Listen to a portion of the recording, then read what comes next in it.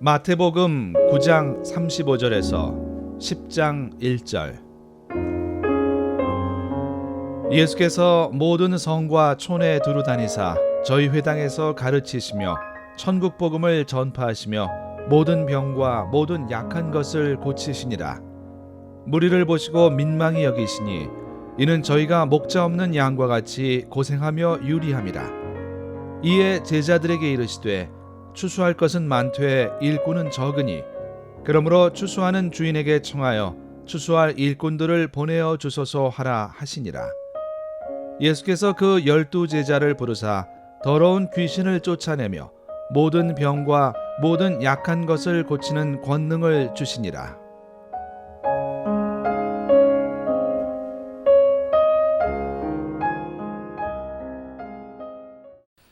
저는 오늘 본문을 묵상하면서 이런 생각을 해보았습니다. 오늘 예수님께서 말씀 가운데 여러 지역들을 이제 다니시는 모습이 나오는데, 만약에 예수님께서 우리가 살고 있는 이 시애틀을 방문하신다면 어떻게 하실까 한번 그렇게 생각해 봤습니다. 예수님께서 이 시애틀 방문하시면 어떻게 하실 것 같으십니까? 예수님 당시 행적과 패턴을 한번 저희가 생각해 본다면 아마 교회들을 방문하실 것 같아요. 교회들을 방문하셔서 그 말씀들을, 하나님 나라의 말씀들을, 또 하나님 아버지를 우리에게 가르쳐 주실 것입니다. 어떤 말씀들 하실까요? 마음이 힘들고 어려운 자들아, 가난한 자들아, 너에게 복이 있다. 하나님 나라가 너희를 위해 준비됐다. 그렇게 위로하시고, 또 기도도 가르쳐 주실 것입니다. 너희는 그래서 이렇게 기도하라. 하늘에 계신 우리 아버지, 이름이 거룩히 여김을 받으시오며. 기도에 대해서 가르쳐 주실 것 같고요. 또 어떤 것들 가르치겠습니까? 하늘의 새를 보라. 누가 이들을 먹이시겠냐?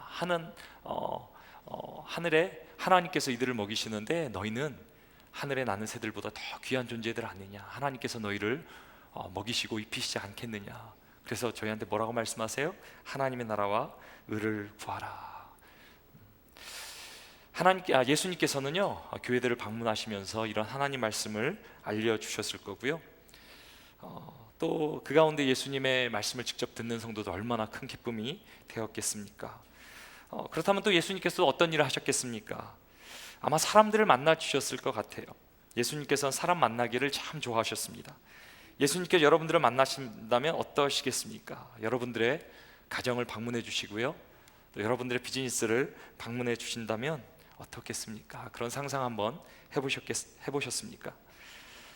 예수님께서 여러분들과 맛있는 식사도 하시고요, 여러분들과 대화도 나누실 것입니다. 만일 예수님과 함께 한다면 어떤 대화가 이루어질 것 같습니까? 우리들에게 관심이 참 많으신, 우리를 사랑하시는 예수님께서 이런 질문, 이런 대화 하시지 않을까 생각해 봅니다. 김장로, 오늘 세탁소는 좀 어땠어? 오늘 손님 많이 왔어? 기계들이 말썽이라더니 어떻게 좀 잘 해결됐어? 이번 여름 유난히 더웠는데 이제 좀 선선해진 것 같네. 여러 가지 이제 대화를 이끌어 나가시면서 마지막에 예수님께서는 여러분의 눈을 진지하게 사랑스러운 눈으로 바라보시면서 이렇게 말씀하실 것입니다. 그동안 많이 힘들었지. 예수님께서는 공생애 동안에 많은 사람들을 만나셨습니다. 갈릴리 해변 지역에서 흔히 접할 수 있는 어부들을 만나 주시고요, 이 어부들이 누굽니까? 하루잡이 벌이로요 생계를 이어가는 가난한 서민들입니다. 또 누구를 만나십니까? 나병 환자를 만나 주십니다. 이 나병 환자가 언제 나병에 걸렸는지, 또 가족은 있는지, 이름은 무엇인지 아무도 모릅니다. 그저 이 사람은 나병 환자라고 알려져 있습니다. 또 예수님은 한 군인 장교도 만나십니다. 이 장교에게는 소중하게 아끼는 부하 군병이 있었는데 최근 그 부하가 중풍으로 쓰러졌습니다. 또 누구를 만나십니까? 베드로라는 한 제자의 장모를 만나십니다. 이 베드로의 장모는 지금 심한 열병을 앓고 있습니다. 또 누구를 만나십니까? 정신적 질환으로 인해서 더 이상 정상적인 삶을 살기 어려운 사람을 만나 주십니다. 또 딸이 죽을 병에 걸린 한 종교 지도자를 만나 주시고요, 사람들한테 손가락질 받고 매국노라고 찍힌 한 로마의 국세청 직원을 만나 주시고요, 12년 동안 하열이 멈추지 않아 고생하는 여인을 만나 주시고요, 언젠가부터 눈이 보이지 않아 결국 거리에서 구걸하는 사람을 만나 주십니다. 이 땅을 살아가는 수많은 인생들, 영혼들을 만나시며 대화하시며 그 예수님의 마음 가운데 내린 결론이 무엇이겠습니까? 오늘 본문 36절 말씀 우리 같이 한번 읽어보겠습니다. 시작. 무리를 보시고 민망히 여기시니 이는 저희가 목자 없는 양과 같이 고생하며 유리함이라. 예수님께서 이 땅에서 인생들을, 영혼들을 바라보시며 내리신 결론은 바로 이것입니다. 우리 한번 따라해 보실까요? 인생은 고난이다. 예수님께서 보신 이 땅의 인생은 고생입니다. 평생 우리가 사는 인생은 고난의 연속이라고도 말할 수 있습니다. 우리는 열심히 살아야 됩니다. 우리의 노력을 다해, 땀을 흘려 최선을 다해 그렇게 살아야 됩니다. 그런데 말입니다, 땀 흘리고 노력하고 최선을 다하면 잘 살 수 있겠습니까? 정말 행복할 수 있겠습니까? 모든 문제가 다 해결되겠습니까? 최근에 한국의 안철수 씨가 운영하는 한국 동그라미 재단에서 지난 5월 20일부터 26일까지 대국민 인식조사라는 설문조사를 했다 합니다. 전국만 19세 이상 남녀 1000명을 대상으로 실시한 설문조사의 질문 하나가 이것이었습니다. 한국 사회는 개인이 열심히 노력하면 성공할 수 있는 사회인가? 여러분들은 어떻게 생각하세요? 한국이란 사회, 우리의 조국은 열심히 개인이 일해서 노력해서 땀 흘려서 성공할 수 있는 사회라고 생각하십니까? 이 질문에 그렇다라고 대답한 사람은 전체의 23.6%밖에 되지 않았습니다. 거의 10명 중 8명은 아무리 내가 열심히 노력하고 땀 흘리고 최선을 다해도 성공할 수 없다라는 생각입니다. 성공을 이루는 것도 참 힘든 일인데, 만약에 그렇게 사람들이 애타게 원하는, 꿈꾸는 성공을 이뤘다고 생각해 보시기 바랍니다. 성공한 사람의 삶은 어떻겠습니까? 성공하면 정말 우리가 생각하는 대로 잘 살겠습니까? 뉴스 보십니까? 최근 나온 기사 중에서 제 마음을 힘들게 한 것이 있었는데요, 바로 롯데라는 기업에 관한 기사입니다. 지금 어떤 상황입니까? 이 롯데라는 기업은요, 경영권 분쟁과 불투명한 기업 구조로 인해 엄청난 비난과 비판 가운데 있습니다. 저는 롯데라는 말을 생각하면 이런 것이 떠오릅니다. 예전에 이런 광고 있었죠. 좋은 사람 만나면 나눠주고 싶어요. 껌이라면 역시 따라하시나 기억하시네요. 예, 롯데껌. 예, 야구를 좋아하시는 분들 기억하시죠? 최동원 선수가 뛰었던 부산의 자존심 롯데 자이언트. 또 어린이들과 청소년들을 설레게 하는 것이 무엇입니까? 모험과 신비의 나라 롯데월드. 우리 여러분 여자분들은 어떠세요? 한국에 방문할 때마다 마음을 흔들고 공항에서 발길을 멈추게 하는 롯데 면세점 다 들려보셨잖아요, 우리 여자분들. 롯데는 한국에서만 79개의 계열 회사로 이루어져 있는 초대형 기업입니다. 이 엄청난 롯데 기업 가운데, 이 배경 가운데 바로 누가 있습니까? 신격호라는 인물이 있습니다. 이 신격호 씨는 1922년 울산에서 태어납니다. 1940년도 직업학교를 이제 졸업하고요, 일본의 와세대 대학 화학공학과로 유학을 다녀옵니다. 한국에 있다가 이제 인생의 포부를 품고요, 밀항선을 통해 일본으로 입국한 후에요, 시작한 것이 바로 무엇입니까? 껌 사업이에요. 껌 사업.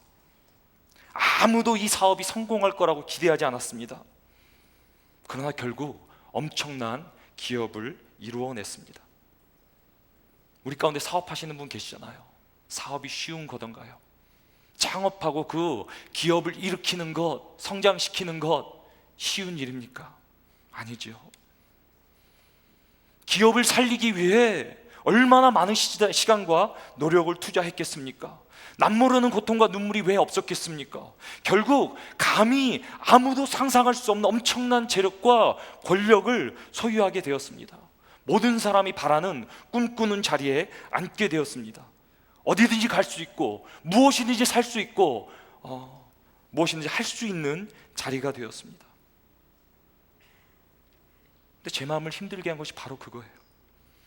그렇게 한 사람이 노력하고 몸부림치고 최선을 다해서 무언가를 이뤘는데, 원했던 꿈을 이뤘는데 누구보다 더 행복하게 잘 살아야 될 거 아닙니까?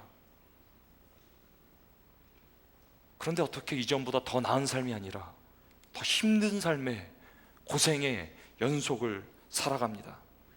가족이 원수가 되었고 친구가 원수가 되었고 함께 일했던 사람들이 서로 원수가 되었습니다. 이건 롯데기업뿐만의 일이 아닙니다. 한국 대표 기업 40개 중에 절반이 비슷한 상황 가운데 있다고 합니다. 이런 것들이, 이런 사실들이, 뉴스 기사들이 일반 서민들을 얼마나 더 힘들게 합니까? 이런 것들을 갖추고도 잘 살지 못한다면, 행복하지 못하다면 무엇을 꿈꿔야 됩니까? 일반 서민들 어떻습니까? 가고 싶은 곳, 사고 싶은 것, 하고 싶은 것은 고사하고 매일 페이먼트에, 자녀 교육비에 허리가 휘어지는 것이 현실이 아닙니까? 그러면서도 오직 바라는 것이 무엇입니까? 오늘도 땀을 흘려 노력하면, 최선을 다해 오늘도 나아가면서 살면 더 나아지리라, 더 괜찮아지리라, 굽꿈을 가지고 이를 악물고 매일매일 최선을 다해 살아가는 것이 대부분의 인생 아니겠습니까? 세상은 그렇지 않다라는 거예요. 현실은 그렇지 않다라는 거예요. 문제 하나 겨우 해결하면 어떻게 됩니까? 또 다른 문제가 일어납니다. 사업 문제 해결되면 가정 문제 해결되면 건강 문제, 그 뒤에 또 문제 뒤에 문제. 이 세상의 삶은 결국 문제의 연속, 고생의 연속입니다. 우리의 이런 힘든 인생을 바라보시면서 하나님께서는 이렇게 말씀하십니다. 전도서 2장 22절 같이 한번 읽어보겠습니다. 시작. 사람이 해 아래서 수고하는 모든 수고와 마음에 애쓰는 것으로 소득이 무엇이랴? 일평생에 근심하며 수고하는 것이 슬픔뿐이라. 그 마음이 밤에도 쉬지 못하나니 이것도 헛되도다. 그 마음이 밤에도 쉬지 못하나니. 우리 안에 세상의 고민으로, 근심으로 밤잠 못 이루시는 분들 계시잖아요. 자고 싶어도 세상의 고민 때문에, 고통 때문에 잠을 이루지 못하는 우리의 지체들. 결국 이 세상에서 우리가 하는 모든 수고와 애쓰는 것으로 남는 것이 뭐라고 합니까? 슬픔뿐이라 라고 말합니다. 이런 고생의 연속을 살아가는 우리들을 향해 어찌 주님께서 위로해 주시지 않겠습니까? 많이 힘들지. 우리 한번 주님이 우리 가운데 주시는 말씀처럼 우리 서로를 한번 위로했으면 좋겠는데요. 우리 주님의 마음으로 옆에 분들 손을 한번 꽉 잡아주시고요, 이런 말로 위로해 주시면 좋겠습니다. 집사님, 장로님 많이 힘드시죠? 우리 옆에 분들 한번 그렇게 위로해 주면 좋겠습니다.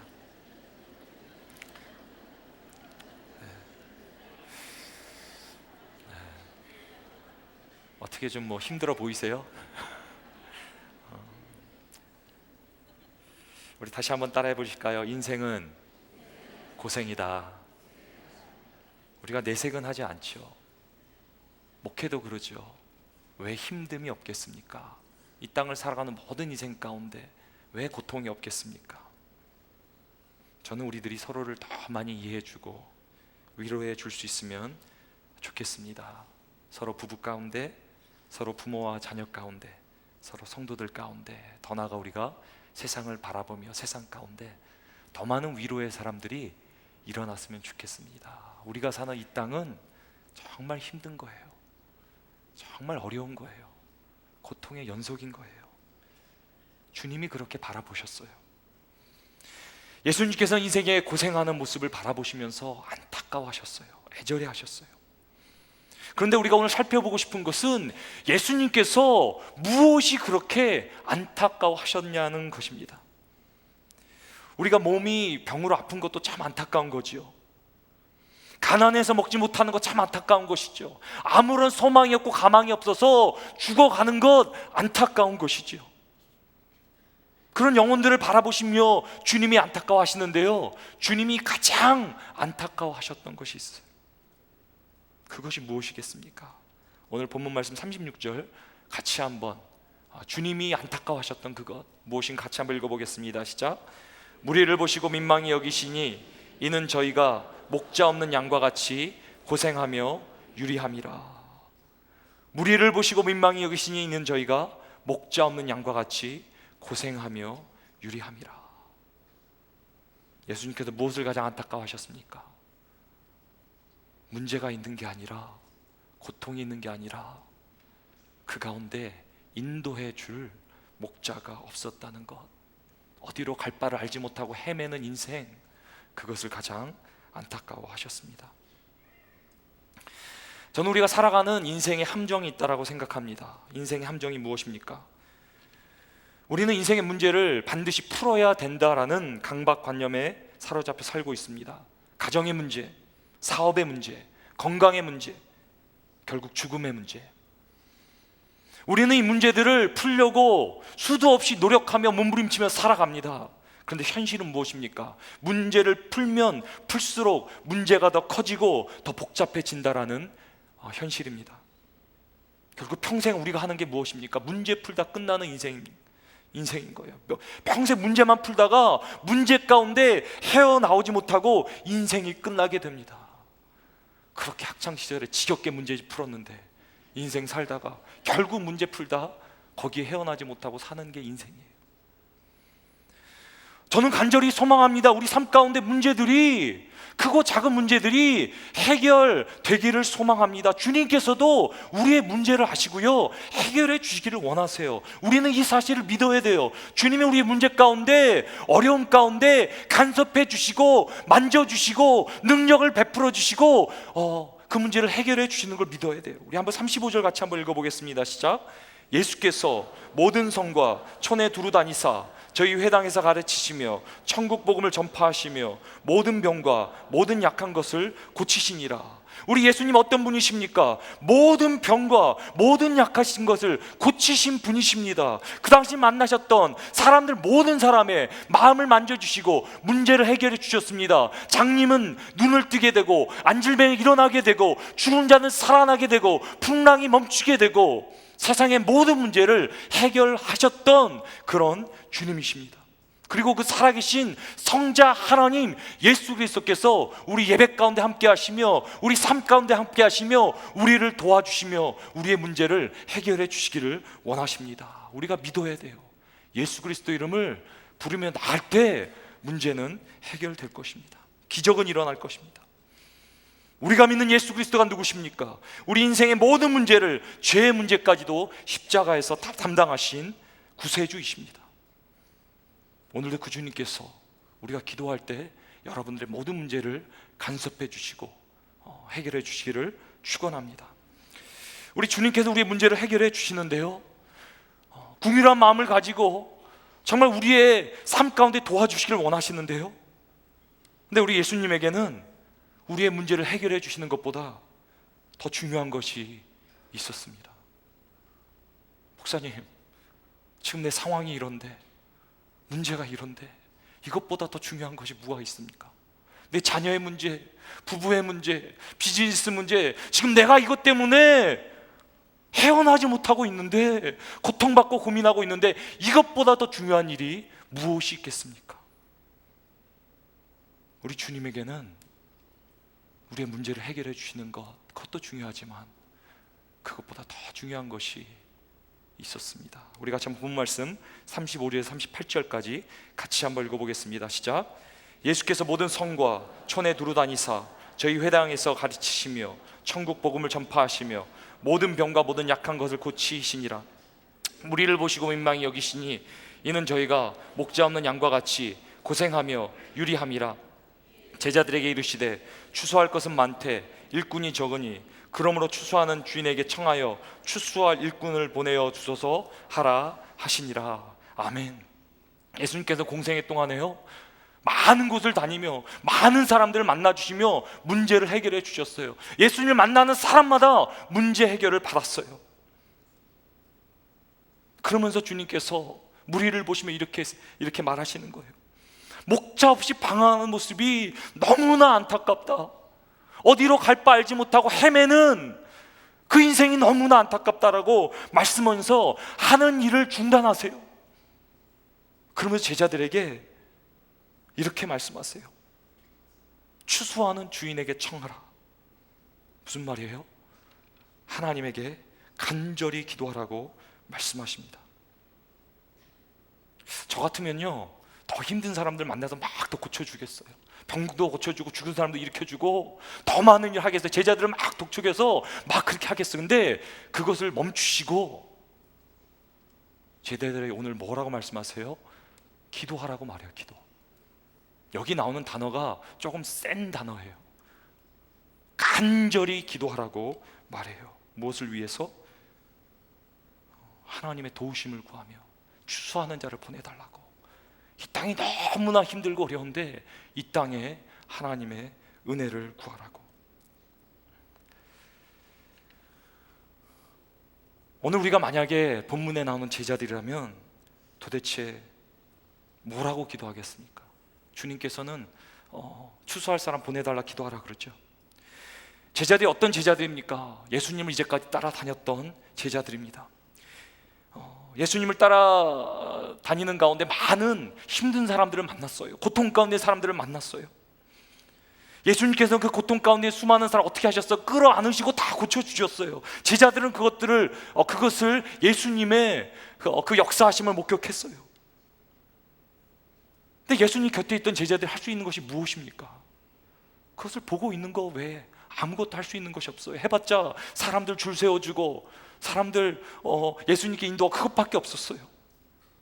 예수님과 함께 있어주는 것 외에 아무것도 할 수 없었습니다. 예수님처럼 병을 고칠 수 있는 것도 아니고 문제를 해결해 줄 수 있는 능력도 그 안에는 아무것도 없었습니다. 그러는 제자들이 뭐라고 기도를 했을까요? 이렇게 기도하지 않았을까요? 하나님 아버지, 예수님과 함께 다니다 보니까 세상 가운데 너무나 아픔이, 상처가, 고통이 있습니다. 그런데 내가 할 수 있는 일이 아무것도 없습니다. 이 사람들을 바라보고 예수님 역사하시는 걸 바라보는 일밖에 할 수가 없습니다. 하나님 도와주세요. 하나님 도와줄 사람들을 보내주세요. 능력 있는 사람들을 보내주세요. 아무런 문제를 해결할 수 없는 내가 아니라 사람들을 좀 보내주세요. 이 사람들을 살릴 수 있는, 세상의 문제를 해결할 수 있는, 도와줄 수 있는 사람들을 보내주세요.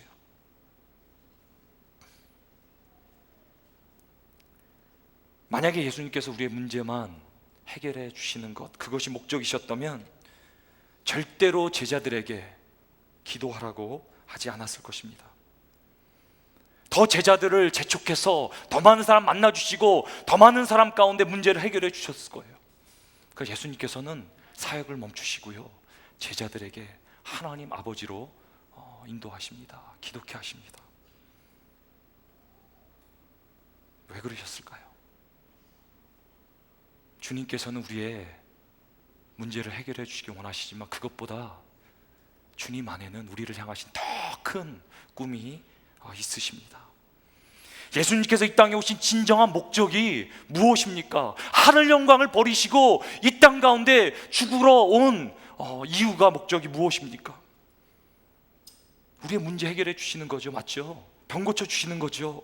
우리의 삶의 문제 해결해 주시는 거고 우리의 죄의 문제 해결해 주시는 거 맞죠? 근데 그 모든 것들을 통해 주님에게는 반드시 이루고자 하는, 반드시 이루셔야 하는 이 땅에 오신 목적이 있으셨습니다. 예수 그리스도의 이 땅의 목적이 무엇입니까? 바로 다름 아닌 우리를 영원하신 하나님 앞으로 인도하시는 것입니다. 우리 하나님의 말씀 몇 구절 함께 읽어보겠는데요, 요한복음 14장 6절 주님이 말씀하십니다. 같이 한번 읽어보겠습니다. 시작. 예수께서 가라사대 내가 곧 길이요 진리요 생명이니 나로 말미암지 않고는 아버지께로 올 자가 없느니라. 주님 말씀하십니다. 내가 곧 길인데 진리인데 생명인데 나로 말미암으면 아버지께로 갈 수 있다. 히브리서 10장 19절 같이 읽겠습니다. 시작. 그러므로 형제들아, 우리가 예수의 피를 힘입어 성소에 들어갈 담력을 얻었나니, 형제들아, 우리가 예수 그리스도의 십자가의 보혈 능력에 힘입어 어디로 나가요? 거룩한 장소, 하나님의 임재의 장소에 나아갈 수 있게 되었다. 요한복음 17장 3절입니다. 같이 읽겠습니다. 시작. 영생은 곧 유일하신 참 하나님과 그의 보내신 자 예수 그리스도를 아는 것이다. 영생이 무엇입니까? 유일하신 하나님 아버지를 아는 것, 그리고 그가 보내신 예수 그리스도를 아는 것. 우리 마지막 요한일서 1장 3절 같이 읽겠습니다. 시작. 우리가 보고 들은 바를 너희에게도 전함은 너희로 우리와 사귐이 있게 하려 함이니 우리의 사귐은 아버지와 아들 예수 그리스도와 함께 함이라. 주님이 꿈꾸셨던 것이 무엇입니까? 그저 우리의 인생의 문제가 해결되는 것이 아니라 주님께서 꿈꾸셨던 그 십자가에서 우리를 향해 바라보셨던 그것이 있으셨어요. 뭐예요? 하나님과의 영원한 사귐, 하나님을 알아감, 영원한 하나님 안에서의 안식, 그분과의 교제. 우리의 사귐, 펠로십은 아버지와 그 아들 예수 그리스도와 함께 함이라.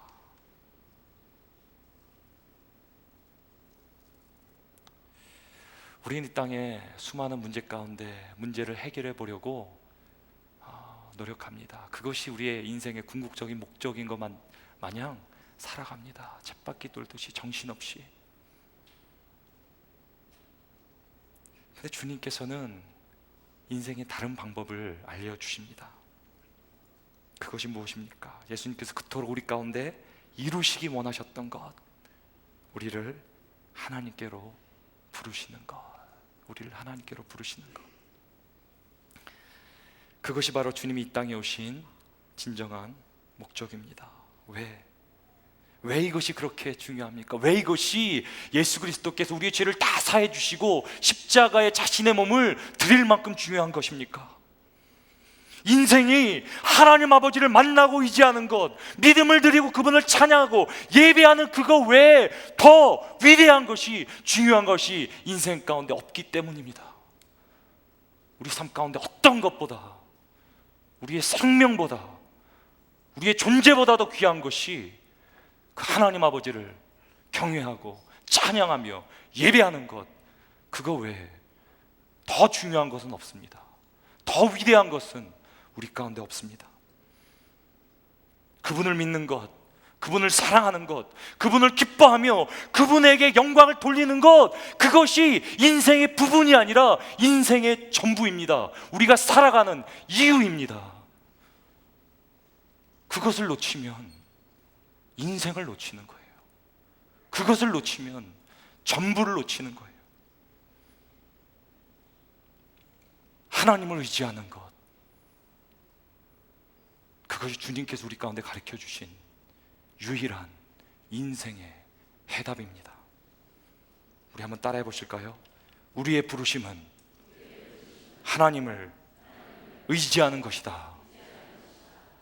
목사도, 장로도, 집사도, 권사도, 우리의 가장 큰 부르심은 그 하나님을 의지하는 것, 그 하나님을 기뻐하며 영화롭게 하는 것, 그 하나님을 예배하는 것, 영원토록 찬양하는 것, 그것이 우리를 향하신 영원한 하나님의 부르심입니다. 하나님을 의지할 때 어떻게 됩니까? 하나님께 믿음을 드릴 때 어떤 일이 일어납니까? 우리 그저 눈에 보이는 세상이 아니라, 우리의 현실이 아니라, 문제가 아니라 우리의 모든 것을 뛰어넘는 하나님의 임재가, 하나님의 나라가 우리 가운데 임하게 됩니다.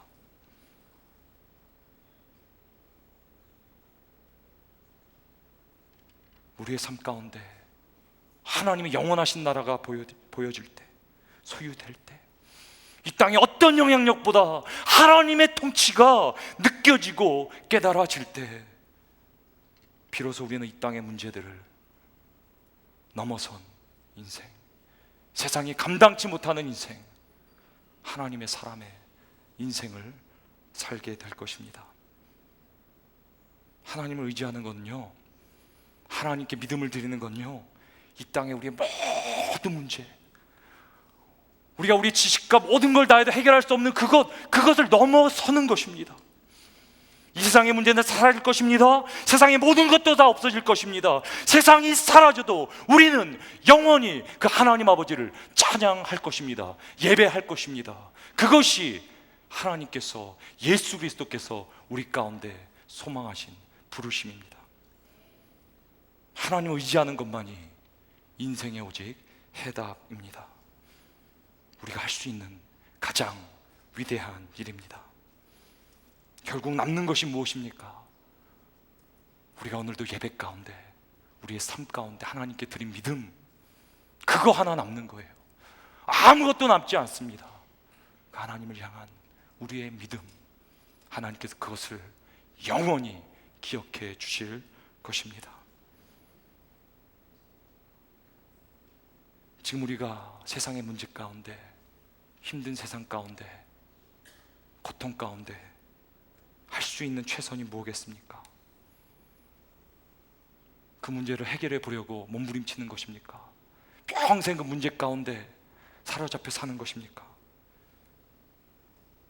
바로 예배 가운데 우리의 영원하신 소망 되신, 능력 되신 창조주 하나님, 그 하나님을 찬양하며 의지하며 예배하는 것, 그것이 우리가 할 수 있는 가장 최선이며 위대한 일임을 깨달으시길 주님의 이름으로 축원합니다. 그리고 우리가 하나님을 함께 의지하며 나아갈 때 그 하나님의 임재가 나라가 임하고 우리 가운데 놀라운 일이 일어날 것입니다. 우리 한번 따라해 보실까요? 놀라운 일이 일어납니다. 놀라운 일이 일어납니다. 우리 한번 마태복음 9장 37절에 그 놀라운 일이, 어떤 일이 일어났나 같이 한번 읽어보겠습니다. 시작. 이에 제자들에게 이르시되 추수할 것은 많되 일꾼은 적으니 그러므로 추수하는 주인에게 청하여 추수할 일꾼들을 보내어 주소서 하라 하시니라.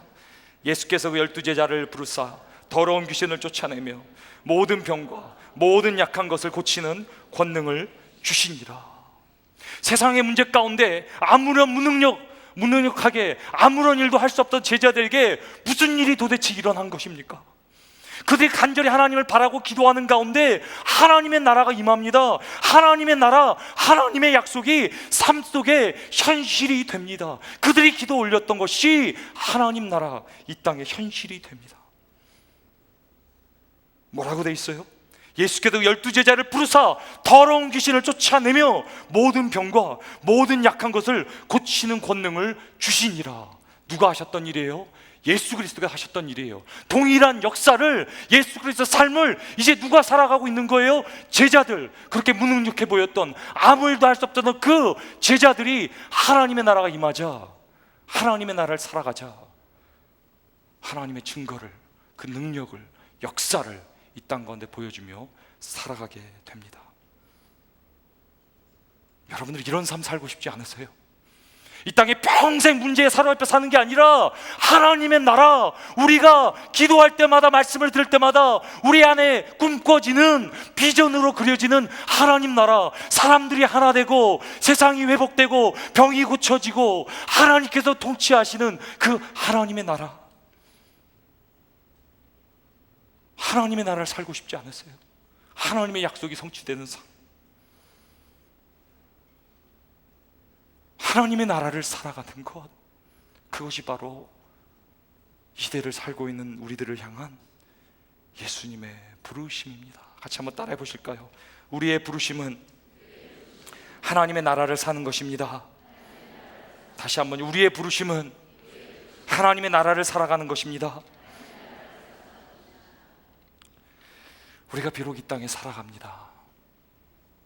세상이 우리의 존재에 대해, 가치에 대해서 알겠습니까? 근데 주님은 보신 거예요. 우리가 그저 그런 존재라면 불쌍해서 문제 해결해 주시겠죠. 문제 하나 해결해 주시겠죠. 그러나 주님이 보실 때 우리는 문제 해결받는 정도가 아니라 위대한 존재로 하나님께서는 우리를 바라보시며 부르십니다. 하나님 나라의 사람, 하나님 나라의 증거.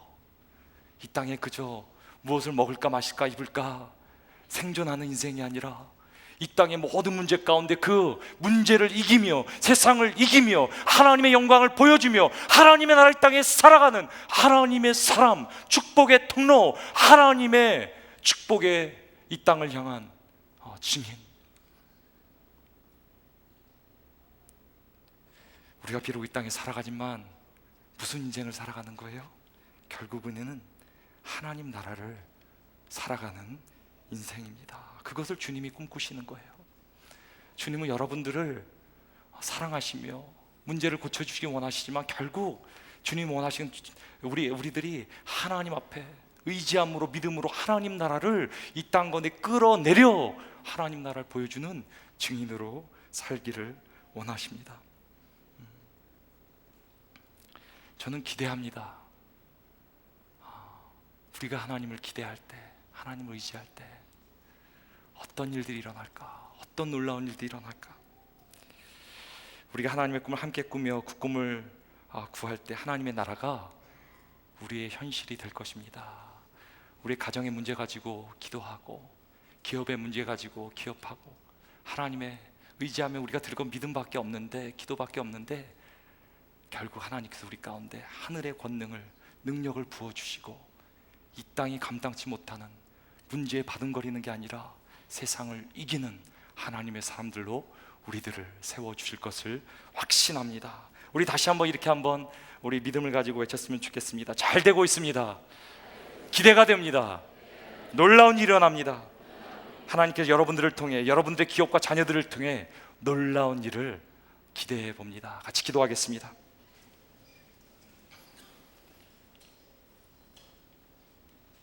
우리 같이 한번 기도하는데요,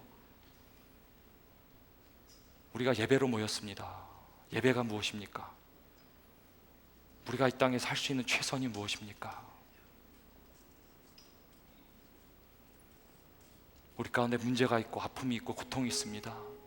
주님이 다 아십니다. 힘들지? 내가 나를 고쳐주리라, 내가 너를 도와주리라 주님 말씀하십니다. 그러나 더 나아가 주님 말씀하십니다. 거기서 멈추지 말고 하나님 아버지를 바라봐라. 이 땅에 바둥거리는 인생이 아니라 하나님의 영광을 바라보며 그 영원하신 하나님을 사모하며 의지하며 살아가라. 그것이 너의 사는 방법이니라. 우리 시간 하나님께 우리의 믿음을 드렸으면 좋겠습니다. 하나님, 그렇습니다. 하나님만을 소망합니다. 의지합니다. 다른 거 바라지 않습니다. 세상은 다 없어질지라도 하나님을 영원히 찬양합니다. 예배합니다. 의지합니다. 하나 우리 가운데 하나님 나라로 임하여 주시옵소서. 우리 같이 한번 통성으로 기도하십니다. 하나님 감사합니다. 하나님 감사합니다. 오늘도 하나님의 택하시고 부르시고 사랑하시고 이 땅 가운데 하나님의 영광으로 찬양으로 예배로 세우신 하나님의 자녀들을 종들을 하나님께 올려드립니다. 하나님, 우리가 이 땅 가운데 아버지 하나님을 더욱더 신뢰합니다. 의지합니다. 이 예배 가운데 하나님만을 구합니다. 하나님, 우리의 모든 것 하신 하나님, 하나님 우리를 도와주시옵소서. 하나님 우리를 도와주시옵소서. 하나님 우리를 이 땅의 하나님의 사람들로 하나님의 증인으로 하나님 나라로 살게 하여 주시옵소서. 오늘도 그 하나님을 기대합니다. 찬양합니다. 결국 우리를 통해 우리의 가정이 하나님 나라 될 것이고 우리의 기업이 하나님 나라 될 것이고 열방과 온 민족이 하나님 앞에 돌아올 것입니다. 오늘도 우리 가운데 우리의 눈을 열어주시고 하나님 나라가 보이게 하시며 하나님의 나라 가운데 우리로 거하며 살게 하여 주시옵소서. 영원하신 하나님 아버지를 찬양합니다. 영원한 하나님 아버지를 찬양합니다. 거룩하시도다. 구원하심이 보좌 앉으신 어린 영광 아버지께 있도다. 오 주님, 오늘도 우리 가운데 무한 영광 받아 주시옵소서. 무한 영광 받아 주시옵소서.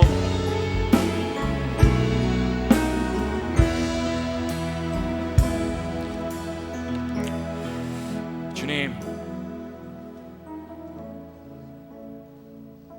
참 현실이 힘들고 어렵고 주님 보신 그대로입니다.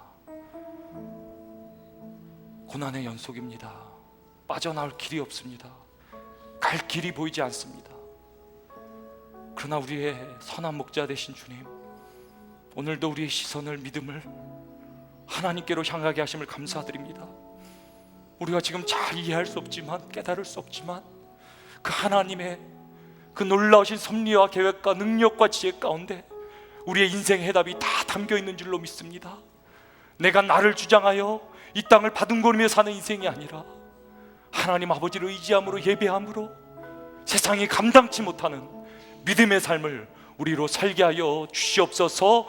믿음을 부어 주시옵소서. 우리로 결국 하나님의 나라의 영광을 이 땅에 보여주는 하나님의 사람들로 그렇게 살게 하여 주시옵소서. 우리 가운데 넘치도록 응답하시고 하나님을 찬양하며 기대하며 예수 그리스도 이름으로 기도드립니다.